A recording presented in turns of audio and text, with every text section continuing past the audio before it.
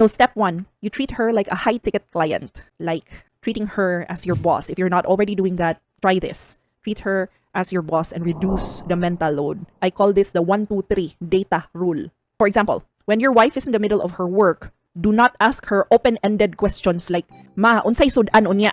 Simple ra nga pangutana no, pero kasuway ka pangutanon nimo imong wife gyud nana, imong ibo iyang sapot, pangutanon nimo unsay sudan or unsay sudanon, unsay lutuon nana. Kanang nga question can be overwhelming. Nganuman, kanang pangutanon ka unsay sudan, pwede magkumutubag og 100 ka different types of sudan. Di makapila ka buk sudan sa kalibutan.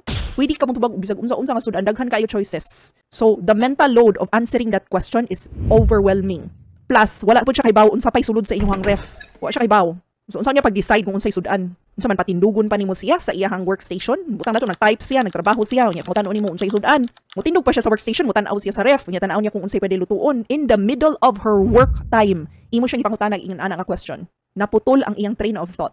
Kung nag-data entry na si wife kay ang client naghuwat sa transcription at 5 PM, unya putlo nimo iyang concentration at 4:45 PM kay nangutana ka unsay sudanon sa panihapon?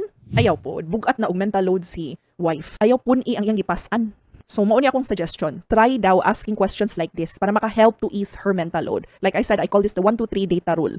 First, you give data. Second, you offer choices. And then third, you volunteer to take the task. Ingon ani. So, ani pag pangutana si Mrs. kung wa ka kahibaw unsay lutuon or maybe nagplano na siya daan unsay lutuon niya dili ka gusto mo sapaw niya ba. So, ingon ani pag pangutana ha.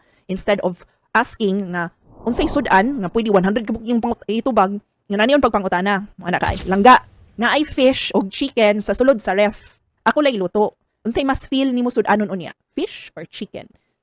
Di ba? Mas nice. So instead of adding to her mental load, igo ra mutubag si wife kung which one iyang prefer. Pwede siya mutubag og fish or chicken ang lutuon, okay? Multiple choice. It simplifies the decision making. Less pressure. Di ba? Mas pas-pas na solve ang sudan.